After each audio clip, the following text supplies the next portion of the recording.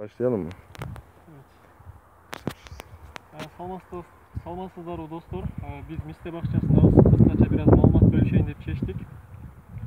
Miste өсімдігі периодисте деген bir нәрсесі бар. Bir yıl meme өрет, екінші yıl meme бере албайт. Анын себеби мөмөлөргө энергия кеткендиги үчүн азык сат келерки жылы пайда болгон бүчүрлөргө азык сат жетпей калат да. Бирок бул жерде бул досторубуз туура бир азыктандыруу жасагандыктан бул келаткан жылы мөмө өрө турган бүчүрлөр алар дагы ден соолугу чың бир формада турат. Болбосо мынтип кармаганыбызда төгүлөт эле. Анан узундугун карасаңыздар бир 10 сантиметрдин тегерегинде өскөн, мөмө кармаганына карабай 10 сантиметр, кээ бир карышка чейин аябай жакшы өскөн.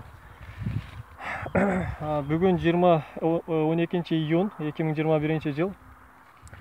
Жалбырактарда калың, эч кандай бир ооруз зыянкеш жок, эч кандай бир ичкелик жок, кичинекейлик жок. Чоңдугу барлык жагы жетиштүү. Себеби дегенде туура азыктандырылып, туура оорулар менен, зыянкечтер менен күрөшүлүп аткан бир айыл чарба адистери менен иштешип аткан бир бакча десек болот.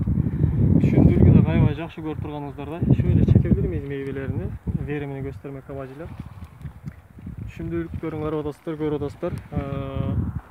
Сырттан караганда мында мөмөсү көрүнбөшү мүмкүн, бирок дарактын ичине бекинген шеңгилдери аябай түшүмдүүлүгүн көрсөтүп турат бул дарактардын. Бул Газиантеп шаары, Түркиянын Газиантеп Мисте борбору десек болот.